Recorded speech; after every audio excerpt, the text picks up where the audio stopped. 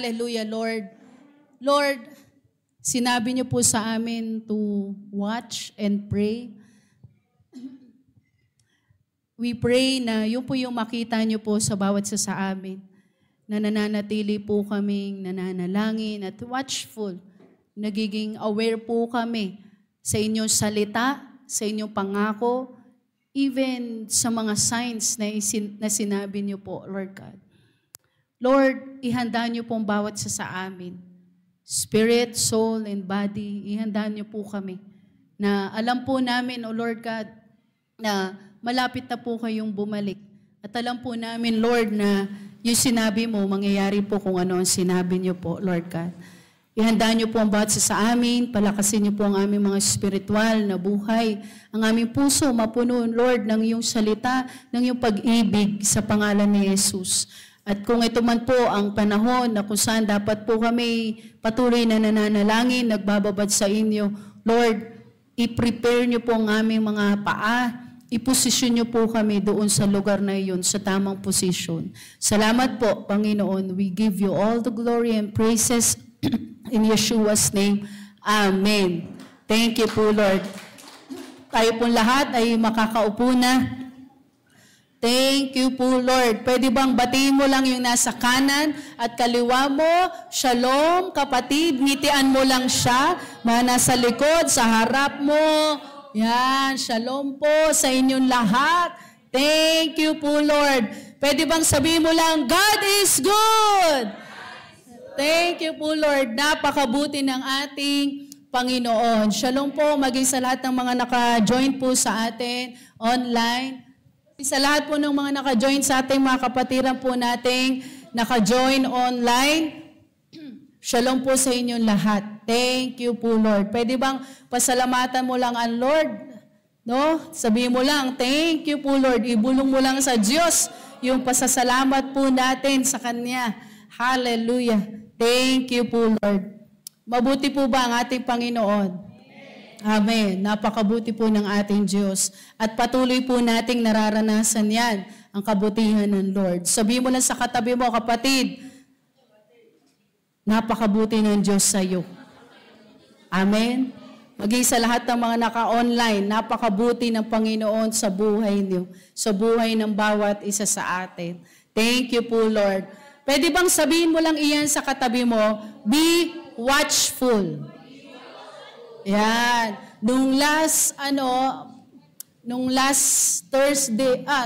Tuesday, ang ating pong pinag-pray, nilid tayo ng Holy Spirit na ipag-pray po ang signs ng end times. Diba? Kung kayo po'y naka-join, naka-attend ng ating prayer meeting, na kung saan ipinag-pray natin, maihanda ang church, maihanda ang mga tao, tayo, pamilya natin, doon sa mga signs na sinabi ng Panginoon. No, sa Matthew 24, pinag-pray po natin iyan. Bakit? Dapat kasi alam natin iyan. No, dapat alam natin yan kung paano ikaw ay napakahilig manood sa YouTube. Ayan. Alam mo mga nangyayari sa palipaligid. No, mahilig kang manood ng mga reels, ng mga FB, ano pa ba tawag doon? Yun sa mga FB live ba? FB, ano ba yun? Movie? Reels din ba yun? Yung mga nasa FB na No, kung tayo po'y mahilig mga manood sa mga bagay na ganyan, kapatid, dapat mas lalo po tayo sa spiritual. Dapat mas lalo sa salita ng Diyos, mas lalo sa sinasabi ng Panginoon sa bawat sa atin. Alam natin yung mga nangyayari sa paligid natin, mga updates sa mga artista, foreign artists, pati dito sa Pilipinas. Alam natin, even yung mga K-pop, alam natin yung mga sikat na mga singer ngayon, yung mga sikat na mga kanta-kanta. Alam mo, balita, alam natin. No, alam natin kapag may pumanaw na sikat, alam natin. No? Pero higit sa lahat, I encourage you, dapat mas alam mo salita ng Diyos. Dapat mas alam natin yung salita, sinasabi ng Panginoon. No, ito na yung panahon na dapat ang mga Kristiyano, ang mga anak ng Diyos ay nakikita ng Lord na naghahanda. Diba?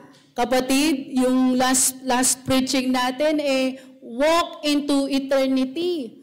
No, itong mga ginagawa natin, inihahanda natin yung ating sarili at nagpapahanda tayo sa Panginoon for eternity. Yung ginagawa mong pag-worship sa Lord, pang eternity iyan, kapatid. Amen? Hallelujah! Yung pananalangin mo. Kaya sabi po dito, ang utos na sinasabi ng Lord sa atin, be watchful, be prayerful. Amen? Kung ikaw man ay tinatamad ng manalangin, sabi mo sa katabi mo, huwag kang tamarin manalangin. Amen. Hallelujah. Huwag tayong tamarin manalangin. Kapatid, lalo na po sa panahon na ito, baka sa pagkain, hindi ka na nagpe-pray. Magpe-pray ka, maaalala mo, kailangan mo mag-pray, naubos mo na. Tsaka mo marirealize na, ay, hindi pa pala ako nagpe-pray. Buti sa amin, lagi may taga-paalala. Oh, Daddy, Mommy, pray. Who will pray? You will pray. Si Ahaba, lagi magaganon. Mag-aanuhan pa sila ni Israel. Oy, hindi ka pa nagpe-pray. Kapatid, baka naman doon sa simpleng pagkain lang, nakakalimutan mo pa mag-pray. Pasalamat sa Panginoon. Pag may nangyayari sa family, pag may mga pagsubok, baka mas nauuna pa yung mag-isip ka kung ano yung strategy, ano yung magiging plano mo. Mag-pray ka.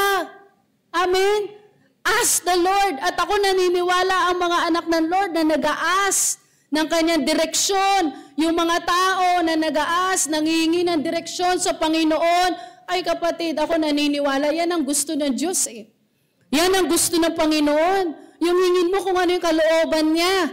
Yung hingin natin kung ano ba yung direksyon na dapat po meron tayo. Amen. Sabihin mo ulit sa katabi mo, be watchful, kapatid. Be watchful. Lalo na sa ginagawa ng Lord sa panahon na ito, we are called to be a watchful man and women of God. Kapatid, na kung saan dapat nakikita po natin yung pinapakita ng Diyos. Dapat nakikita din natin, even, nakita niyo po, ang ganda ako dito sa image na ito. Na kung saan makikita mo lang yung, parang pag tinignan mo whole picture, parang malabo, walang ano. Pero nung nilagyan na po siya ng magnifying glass, kita mo meron palang daanan doon. No? Kita mo may daanan pala doon. Gusto ng Lord magkaroon tayo ng vision na ganyan. Amen. Spiritually, magkaroon tayo ng vision na ganyan na kung saan ang linaw. Pag may pinakita ang Lord, nakikita mo agad at nalalaman mo na, identify mo agad na, ayan ang sinasabi ng Lord. Ito po iyan, ganito po iyan. May sinasabi po ang Lord dito po. Amen. Dapat maging matalas ang ating mga spiritual na senses, lalo na po sa panahon ngayon. Amen? Sabi, call to watchfulness. Tignan po natin ito. Sabi, the Bible repeatedly warns believers to be watchful and alert as the end times approach.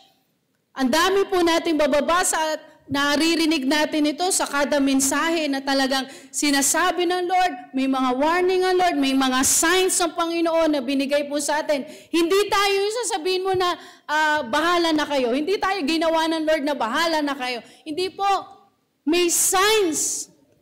Amen? Kaya mayroong sinasabi, may mga warning ng Lord, may sinasabi ang Panginoon, kaya lagi sinasabi ng Lord, be alert, be sober. Amen. Hallelujah. Sabi mo nga sa katabi mo, be watchful, kapatid.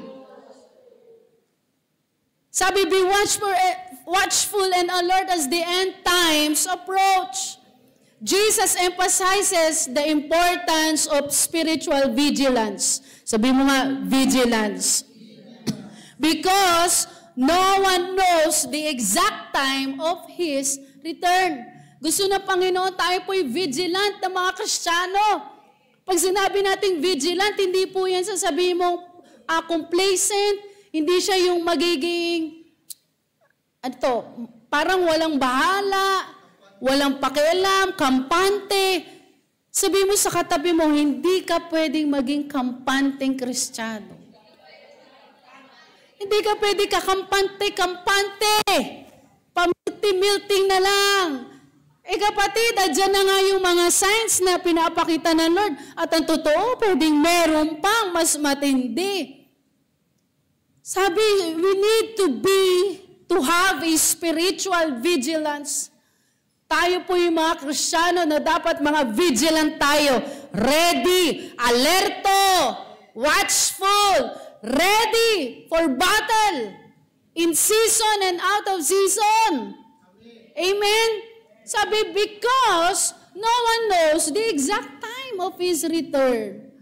Wala po talaga nakakaalam yung sasabihin mo, eksakto, 1:30, dadating ang Diyos, 1:30 p.m., 2 a.m. Wala!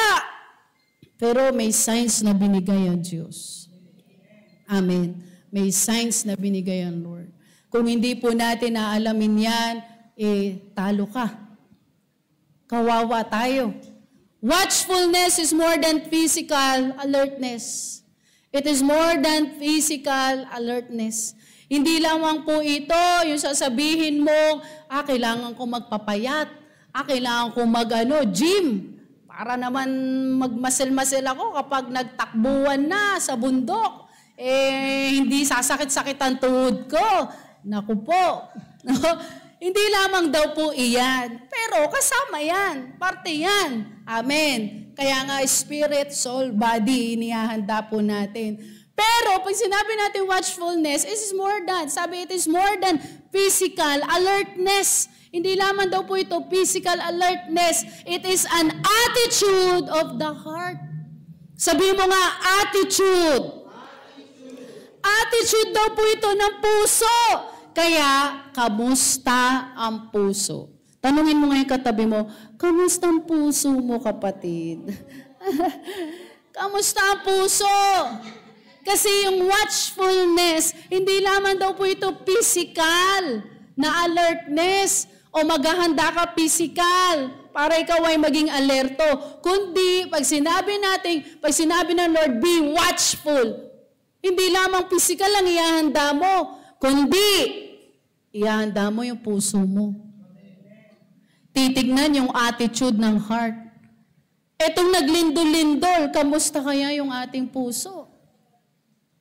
Etong dumating at na-expose yung mga corruption, kamusta kaya yung ating mga puso? Baka puro na lang tayo curse. Ay, ganito na talaga sa Pilipinas. Ay, puro corruption na talaga sa Pilipinas. Ay, yan talaga mga DPWH na yan. Ay, talaga yung mga senador na yan. Pero hindi ka naman nagpipray. Pero ngak-ngak tayo ng ngak-ngak. Sabi yung being a watchful, kapatid, kasama dyan yung attitude ng ating puso.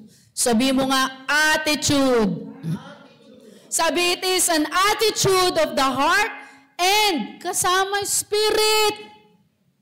Sabi mo nga, spirit.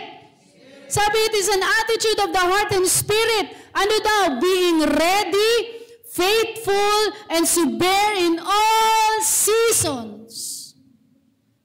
Yun daw yung pagiging watchfulness. Ready ka, at habang ikaw ay ready, tapat ka rin sa Panginoon. Nananatili kang tapat sa Diyos. Sabi mo sa katabi mo, maging tapat ka sa Panginoon.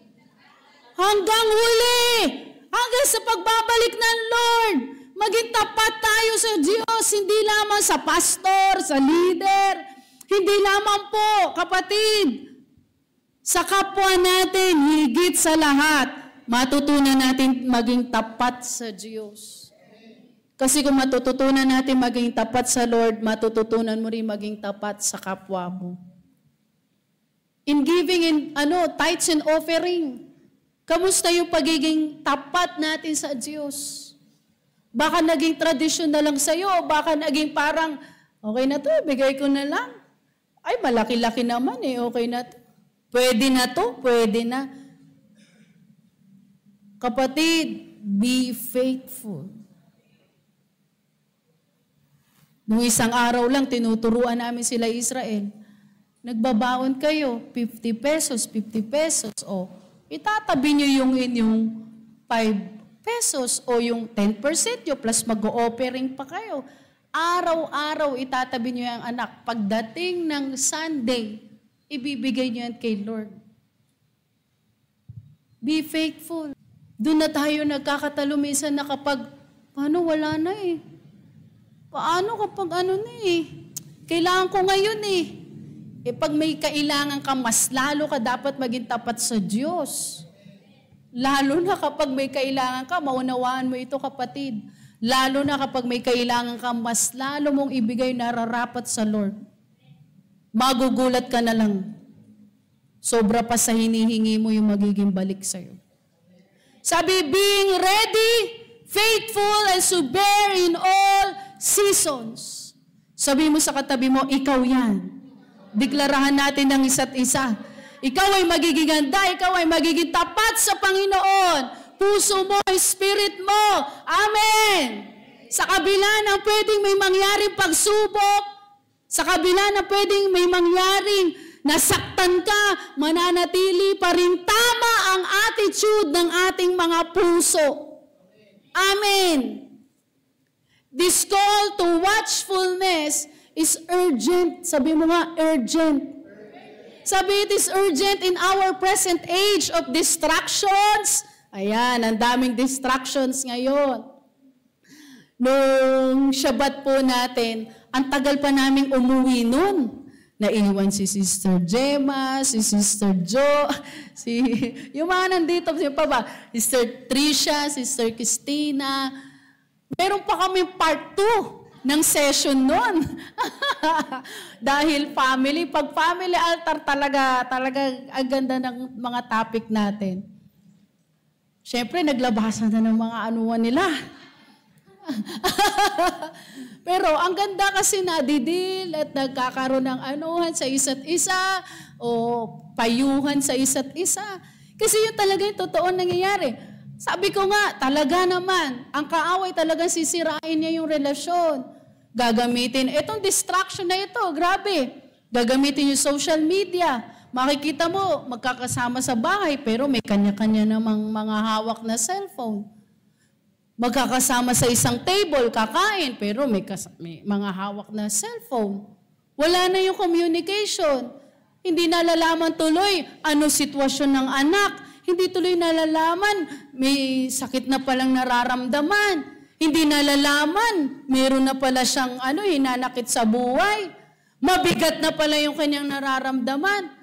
Hindi nalalaman kasi nawawala yung communication. Communication sinisira ng kaaway ngayon. Kaya kapatid, i-restore natin, ipa-restore natin sa Lord yan. Yung anak mo, apo mo, may grace pa. Sabi ko nga sa kanila, may grace pa. May grace ang Lord. Amen? Sabi mo sa katabi mo, may grace ang Lord. Meron pa tayo pagkakataon para maiayos ang bawat relasyon, ang pamilya, mabalik sa original design ng Panginoon sa atin. Amen. Sabi, it is urgent in our present age of distractions, temptations. Ang daming temptation ngayon. Hindi mo na kailangang gumastos ng malaking pera para sa mga porn, sa mga sexual desires. Ngayon sa cellphone, ang dali-dali. Kahit nga yung sa mga palabas lang Grabe na po.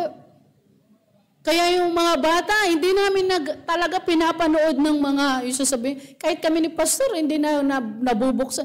Nabubuksan na lang ang TV pag kami, re-replay ng TV Patrol. Pero yung minsan, di ba, magkukommercial. Ay, naku, papatayin na po namin talaga. Kasi nandun din sila, ahaba. Sasabihin ni Pastor, patayin mo na yan, patayin mo na. Pero kapatid, ang dami ngayon. Yung mga bata, Magugulat ka na lang sa mga nalalaman nila. Isang beses nagsasabi sa amin sila, Ahaba, Mommy, di ba bad yung yung sabi niya, demon, monster, a hunter, ganon. Because the boy, sabi niya, favorite daw ng boy yun. Sabi ko, anak, bad yun, pangalan pa lang. Pero ang daming mga bata na humaling sa mga ganon. Paano naman? Ang mga magulang din. Anak ko, ito muna, ayan, may gagawin na si Mami. May gagawin na si Lola. Ayan na muna, anak. Tapos magugulat ka, ay, ba't ganyan yung apo ko? Ay, ba't ganyan yung anak ko? Naku po, kapatid. Maging wise tayo. Ang dami temptation ng kaaway. Spiritual deception. Ang dami panggugulo, pandadaya, panluloko ng kaaway. Kaya sinasabi, kapatid, kailangan tayo maging watchful.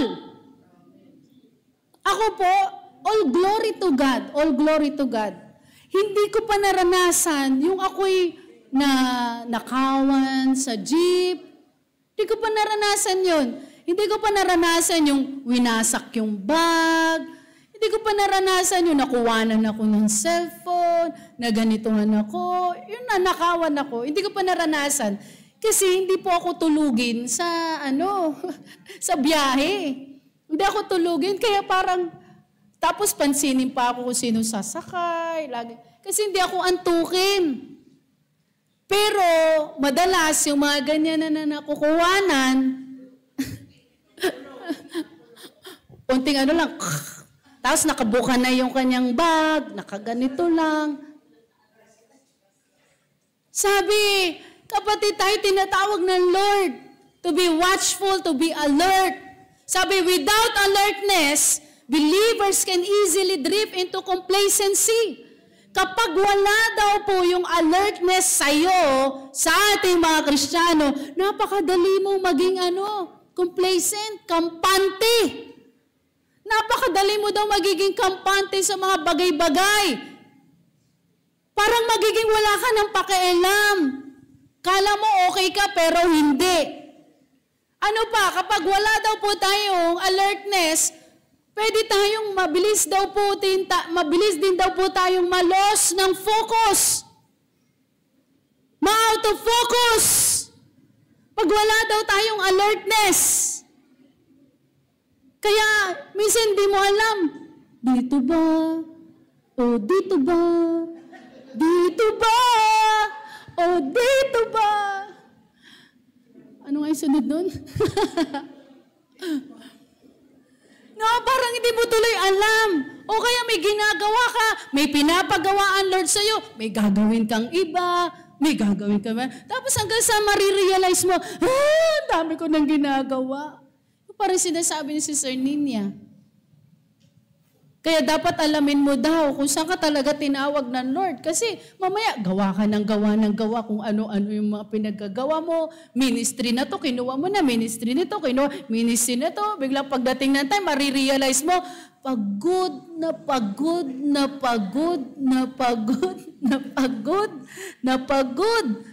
Marirealize mo na lang. Bigla mo na lang makikita, ba't siya walang ginagawa?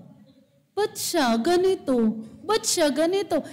Tayo rin mismo may kasalanan.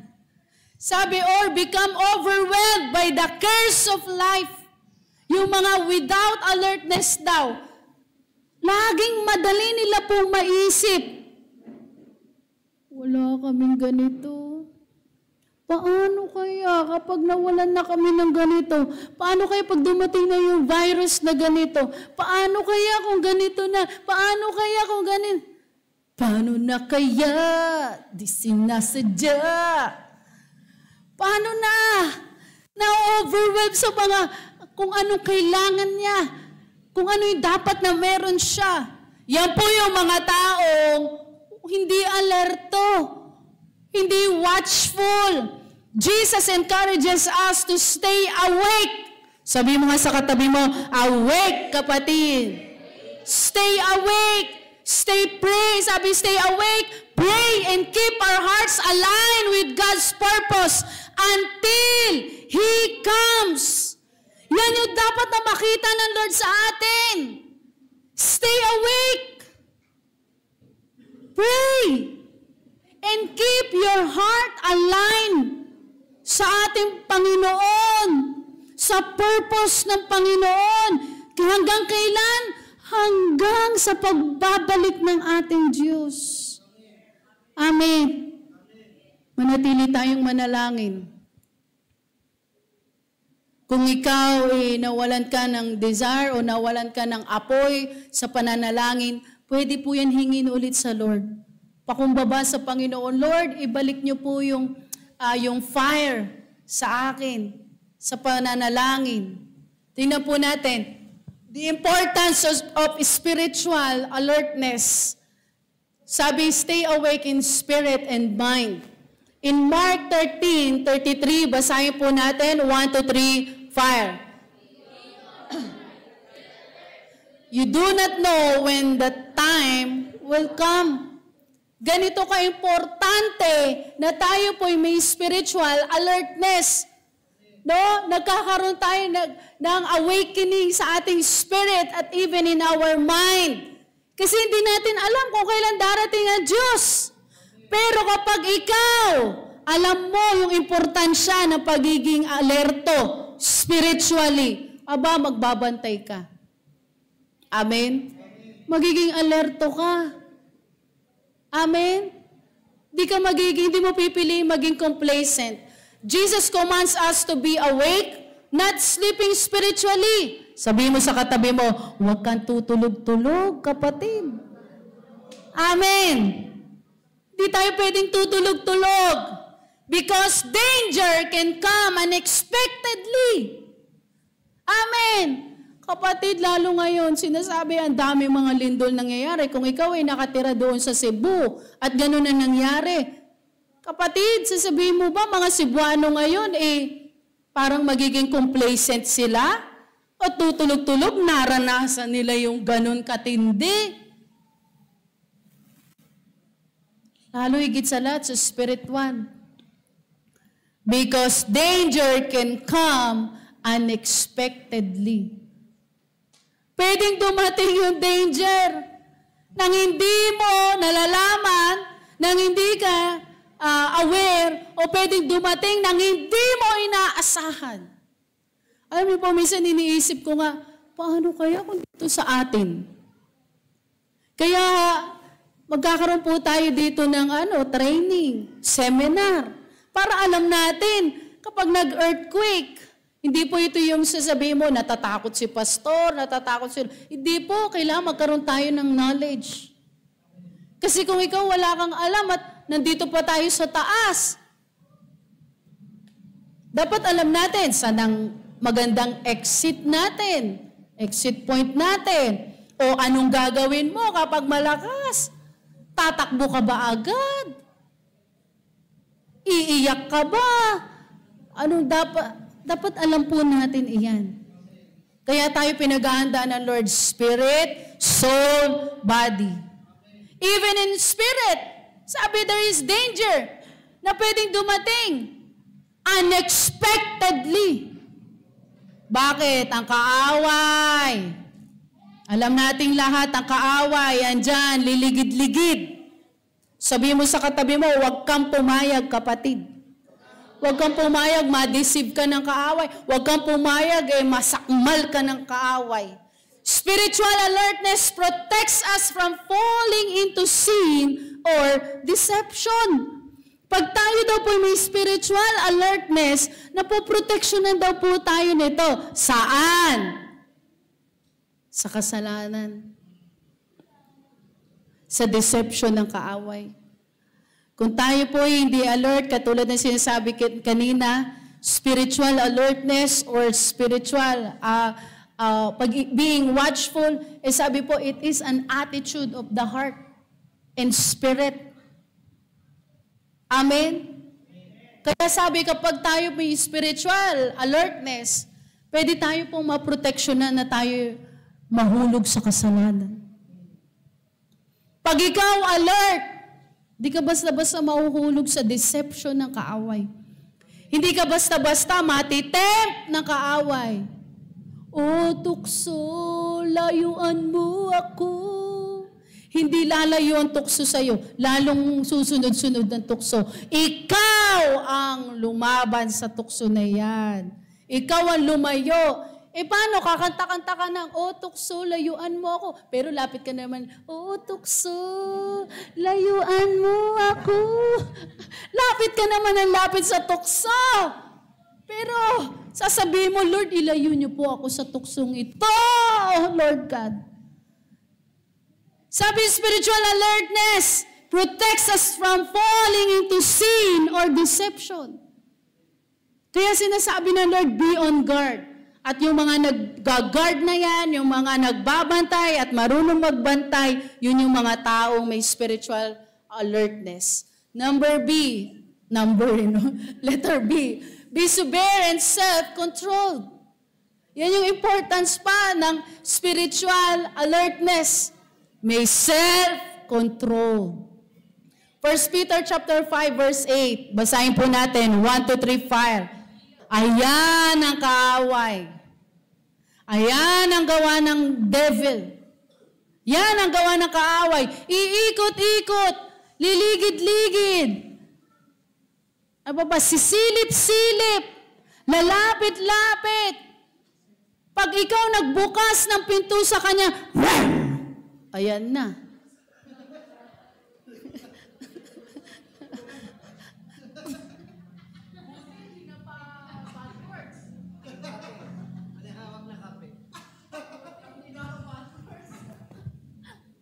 No? Yan po yung kaaway. Ang totoo ang kaaway, iyan lang naman siya. Ano sabi po? Sabi, rolls around. Ganun. Pag nagbukas ka ng pinto, doon pa lang makakakilos ang kaaway. Kaya mag-iingat po tayo. Kasi yung pintuan natin, senses yan. Mag-iingat ka. Doon pa lang yung sasabihin mo, pwedeng makapasok ang kaaway kapag ikaw ay nagbukas ng pintuan. Example, parang may sakit ako. Parang nalalagas yung buhok ko. Iba na agad iniisip mo. Baka nadamihan mo lang ng shampoo. Nadamihan mo lang ng ano. O kaya baka kulang ka lang sa vitamins. Naiisip mo na agad, baka makakalbo na ako. Baka may cancer ako. Baka may ganito ako. Ayan na, nagbubukas ka na ng pintuan. Hindi. Mas maganda ideklara mo, pinagaling ako ng Lord. Divine health sa akin, in Jesus' name. Amen! Kasi ang kaaway, ganyan daw po. Sabi, sober mind, resist temptation. Kaya niyang i-resist yung temptation. Kaya niyang labanan yung temptation. May ino-offer ang kaaway, nasasayaw-sayaw yung kaaway. May ino-offer.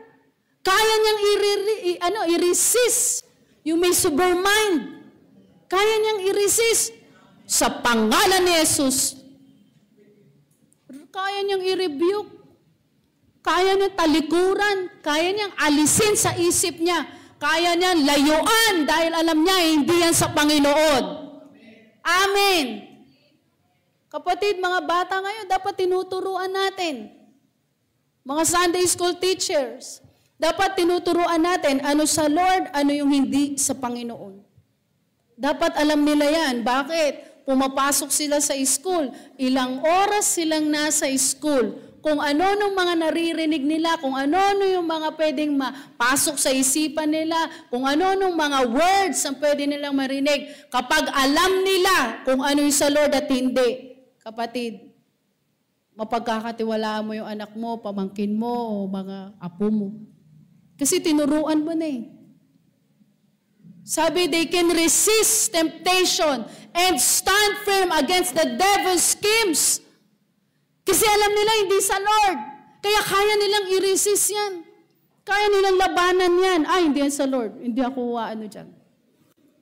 Parang dati may pumunta sa amin, Pastor! Inom tayo, Pastor! Inom tayo! Sabi, Pastor, ay hindi. Ay, hindi, Pastor. Unti lang naman. Ay, hindi. Sabi, bakit yung kakilala namin ganito, umiinom naman po. Ay, lumapit na ako. Ay, hindi po. Umalis na po kayo at hindi po iinom ang asawa ko. Baka ilabas ko pa yung namin.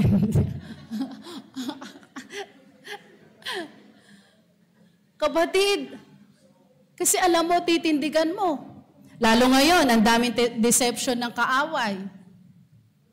May one time, may nakwento si Pastor Jums, praise God, nanonood daw siya ng ganito, ganyan. Ang ganda daw yung pinapanood na word ng Panginoon. Praise God. Nagulat kami. Ang ganda daw ng mensahe, ng patungkol sa Panginoon. Biglang,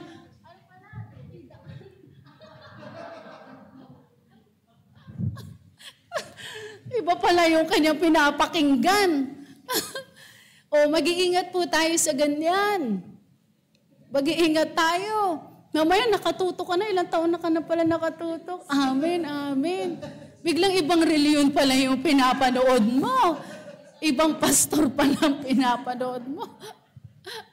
Mag-iingat tayo sa ganyan. Sabi, watchfulness requires self-discipline. Sabihin mo nga, self-discipline. Kasama daw po yan yung pagiging watchfulness. Bakit? Sabi nga kanina, tandaan po natin, sabi, it is an attitude of the heart and spirit. That's why sabi, watchfulness requires self-discipline. Kasama yung marunong kang magdisiplina sa sarili mo. Pagbawal, bawal. Bawal sa matamis, bawal. Bawal sa pork, bawal. Bawal sa mga taba, bawal. Minsan lang naman po. Minsan lang ikaw inatake. Minsan lang, gaano kadalas ang minsan? Alam mo yun yung minsan. Gaano kadalas ang minsan? Yung minsan mo pa, yung sasabihin mong minsan, dinadamihan mo. Kasi minsan lang Iisipin mo, sasabihin mo, minsan lang naman. Yung pa yung dadamihan mo, dun pa, naku, mamaya, dun pa yung sasabihin mong, na minsan ka tuloy. Na minsan tuloy yung buhay mo. Paminsan-minsan. Mag-iingat tayo. Kailangan, meron po tayong self-discipline. Amen. Pagbawal na, kung kailangan, minsan naman, ina-advise na, di ba, meron namang, yun? Ano tawag doon? Yung parang pag hindi ito pwede, may ibang pwede. Alternative mo, meron naman, halimbawa, sa mga rice po, pwede naman, di ba, minsan sasabihin, pwede ka naman mag-rice. Pero, dapat, disiplina lang. Kailangan, minsan lang naman. Minsan, pag minsan pa naman, dun dadamihan talaga. Sabi, watchfulness requires self-discipline. Kasama po iyan. Amen. And prayerful depends on God. Amen. Yung pananalangin mo lagi nakadepende sa ating Panginoon. And letter C, sabi, recognize the signs of the end times. Kaya pinag-pray po natin to, talaga in-impress ng Lord sa akin. Dapat alam natin at pinag-pray natin ito. Pag-pray mo sa family mo, sa bansa natin, sa church. No, sabi dapat nire-recognize natin. That's the importance of being watchful, alertness.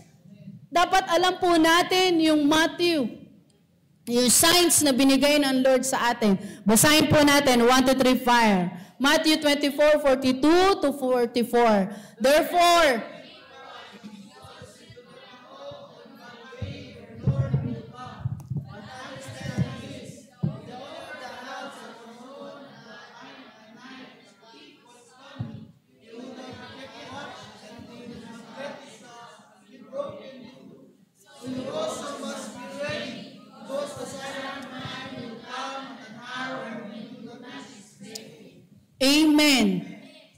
Sabi po dito, keep watch. Sabi mo nga, keep watch. Sabi mo sa katabi mo, kapatid, keep watch. Bakit daw po? You do not know on what day your Lord will come. Di po natin alam yung eksaktong oras, araw, kailan dadating ang Diyos, pero alam natin, dadating ang ating Panginoon. Kaya sinasabi sa atin, in season and out of season, kailangan po, handa po tayo. Amen?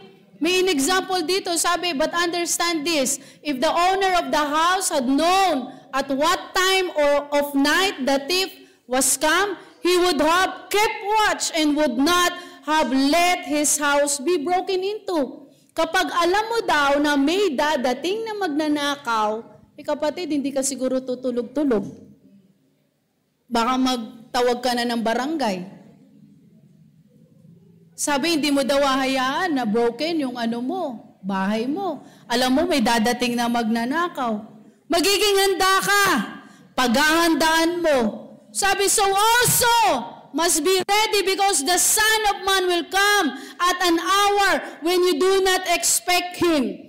Knowing what is happening around us helps prepare us to respond rightly and keep our faith unshaken. Kapag alam po natin ang nangyayari at alam natin yung mangyayari, sabi natutulungan daw po tayo nitong maghanda. Amen. Pag ikaw may exam, sino dito nakaranas ka mag-finals? Mag-exam sa school. Di ba? Naghahanda ka. Nagre-review ka. Parang hindi sila umaamin. Hindi kasi yata nagre-review. Nagre-review ka. Naalala ko, college kami ni Sister IG, magkaklase kasi kami. Naku po, susulat namin yung mga reviewer namin, ganyan. Kahit sa jeep yan, si Sister IG, hawak niya yung kanyang reviewer. Nakagano na yun. Hawak pa din niya yung reviewer niya.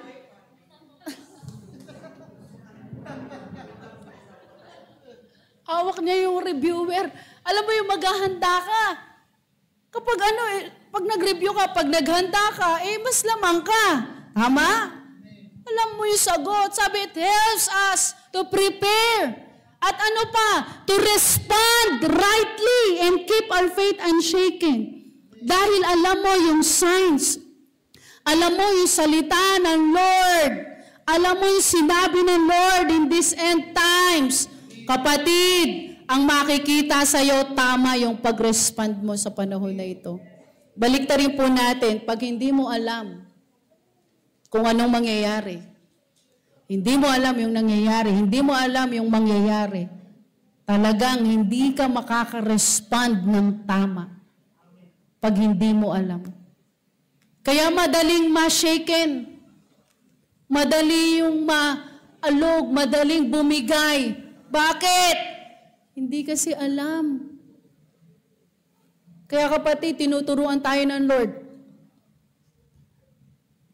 Letter D, avoid spiritual complacency. Pag meron kang spiritual alertness, kapatid, naiiwasan po yung pagiging complacent. In Luke 21:34, be careful or your hearts will be weighed down with carousing, drunkenness, and the anxieties of life. And that day will close on you suddenly like a trap. Ito nakakalungkot. Akala mo, alam mo yung complacent? Sabi nga po dangerous to, yung spiritual complacency. Bakit? Yung alam mo yun, hindi mo alam mapapahamak ka na. At ang feeling mo, safe ka. Feeling mo safe ka, hindi mo alam mapapahamak ka. May naituro ako dati sa SPT, ang nilagay ko pong picture, pinahulaan ko sa kanila yung title. Si Pastora Cynthia lang yung halos nakatama nun eh. May lalaking nakaupo doon sa, daanan ng train. Tapos andyan na yung train, siya nagkakapi pa doon sa daanan ng train. Sabi, it is a picture of complacency. Parang sa'yo, okay lang, safe ako, ang ganda nung nangyayari, ang hangin. Mamaya talagang sobrang hangin na pag nandyan na yung train. Ngayon parang alam mo yun, Ganyan yung complacent. Hindi mo alam, mapapahamak ka na. Trap ng kaaway iyan. Kaya mag-iingat po tayo. Avoid spiritual complacency, carelessness, worry, indulgence, dull our senses and can cause us to miss the Lord's return. Yan ang nangyayari. Maraming Kristiyano ngayon, kapatid, careless. Aba sa Tagalog yung careless, hindi nag-iingat. Sige ng sige. Gawa ng kung ano ganitong ganyan. Pinapasok kung ano-ano yung mga pinapasok. Pagdating sa tsaka na lang marirealize. Mali pala ako. Ganito pala nangyari. Sabi pag tayo may spiritual complacency, nawawala po yung sense of knowing or nami-miss nga natin yung pagbabalik ng Panginoon. Nawawalan ka ng awareness dyan. Si Noah, alam po natin yung family ni Noah, alam natin yung storyang ito. Ang daming mga tao piniling maging complacent. Sabi nga, we are in the days of Noah. Ang dami ngayong complacent, spiritually, complacent. Pero we praise God, may mga Noah, sabi mo sa katabi mo, si Noah ka kapatid. Si Noah ka, masunurin. Amen. Sabi Noah's family stayed, vigilant and prepared during the days leading up to the flood while the world ignored the warning and perished. Alam niyo po, kung papanoorin natin yung mga prophets today, talaga puro warning. Warning ang sinasabi sa mga church, sa bansa. At marami ngayon, ini-ignore yung sinasabi ng mga man and women of God. Okay lang. Hindi pa naman nangyayari. Wala naman. Parang hindi naman totoo yan. Hindi naman totoo yung sinasabi niyan. O kaya parang wala lang. Ang dami ngayon ganon. Binabaliwala, nire-reject yung word ng Panginoon, yung warning ng Lord. Complacent. Pero kapatid, I pray, si Noah ka. Know how to prepare, know how to obey God, and vigilant. Amen. Sabi, spiritual alertness is essentials for surviving and thriving in the last days, keeping us ready for the Lord's sudden appearance. Pwede ba sabihin mo sa katabi mo, stay alert, kapatid? Amen. Stay alert. Huwag mong hayaan na ikaw ay magkaroon ka ng complacent sa puso mo, makapasok yung spiritual complacent sa bawat sa atin. Stay alert. Pag ikaw may spiritual alertness, pwede mong malaman kung ano yung pwedeng mangyari. Pwede nating malaman ano nangyayari. Kaya magkakaroon tayo ng right respond sa Panginoon sa panahon na ito. Pero kung ikaw hindi mo alam o wala kang spiritual alertness, hindi mo aalamin. Pwedeng hindi natin alam kung ano ba yung magiging tugon natin, pagtugon natin sa panahon na ito. Siguro kung alam natin kung kailan dadating ang Diyos, halimbawa, bukas dadating ang Lord, ano kayang ginagawa natin? Halimbawa, alam natin, bukas dadating ang Lord. Ang dating ng Diyos 1 a.m. bukas. Aba, baka wala ng tulugan to. Mag-overnight na tayo ng prayer, repentance. Parang ganun lang, no? Pero hindi po talaga natin alam Kaya lagi sinasabi ng Lord sa atin, be alert. Watch and pray. Amen? Tayo po'y tinuturuan ng Diyos. Sabi mo sa katabi mo, tinuturuan ka ng Panginoon. Tinuturuan tayo ng Lord to be alert. Sabi yung watchfulness, it is an act, it is an attitude of the heart and spirit. Hindi lang siya, it is more than doon sa ikaw ay maghahanda ng physical. Kundi yung puso at yung spirit mo magiging handa, magiging tapat sa Panginoon hanggang sa pagbabalik ng Diyos. Amen. Tayo po tayong lahat. Thank you po, Lord. Pagpapatuloy po natin ito sa Sunday. Thank you po, Lord. Hallelujah. Praise God. Let's pray. Pwede po ba nating ilagay ang ating mga kamay sa ating mga puso? Lord, alam po namin, Lord, na hindi po madali. Hindi po yung tumindig sa tama. Magkaroon kami ng tamang respond, lalo po sa panahon na ito. Di po madali. But by your grace, Lord God, at yung strength na binibigay niyo po sa amin, ang totoo, pwede po. Pwede po kaming tumindig sa tama. Pwede po kaming tumindig at magkaroon ng tamang respond, Panginoon, sa panahon na ito, Lord God. Open our spiritual eyes, Lord. Our hearts, our spirit.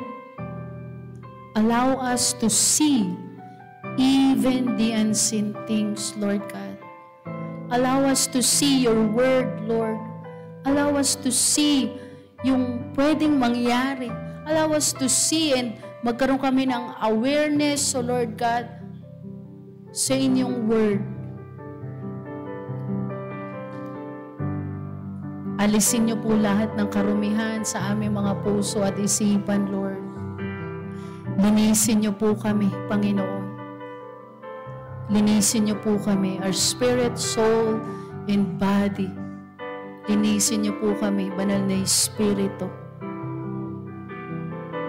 Patalasin niyo po ang aming mga pandinig. Patalasin niyo po kami, Panginoon, that this end times, O Lord God, kami po'y magiging wise na inyong mga anak.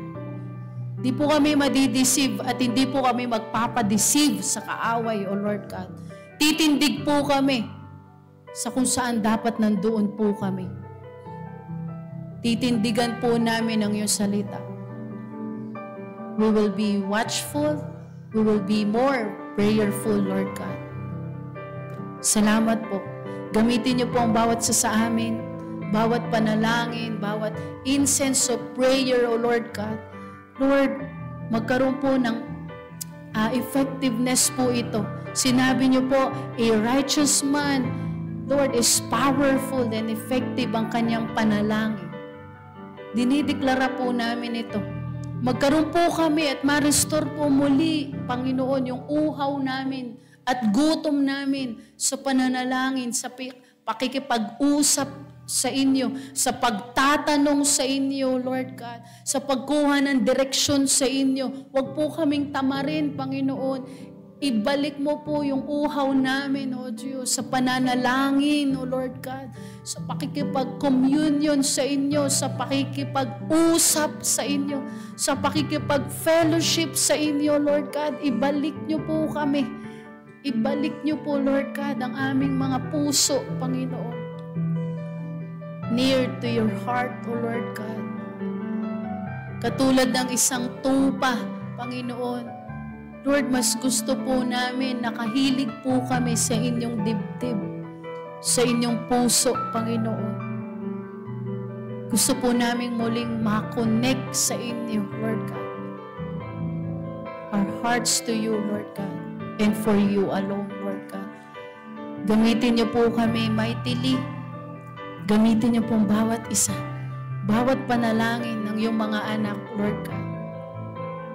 Sa pangalan ni Jesus.